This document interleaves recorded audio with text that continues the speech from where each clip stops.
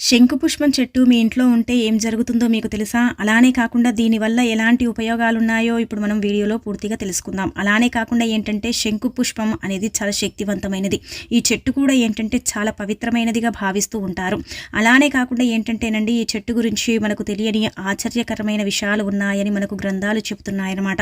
ఇదేంటంటేనండి Asia ఖండానికి సంబంధించిన చెట్టుగా భావిస్తూ ఉంటారు. అలానే కాకుండా దీని బెరడు కానీ, దీని ఆకులు కానీ అన్నీ కూడా ఏంటంటే చాలా శక్తివంతమైనవి అని మనకు శాస్త్రాలు చెబుతున్నాయన్నమాట.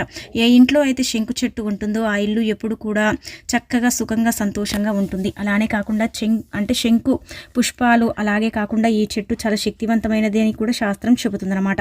దీని గురించి మనం వీడియోలో వివరంగా తెలుసుకుందాం. వీడియో నచ్చితే లైక్ చేయండి, వీడియోని పూర్తిగా చూడండి.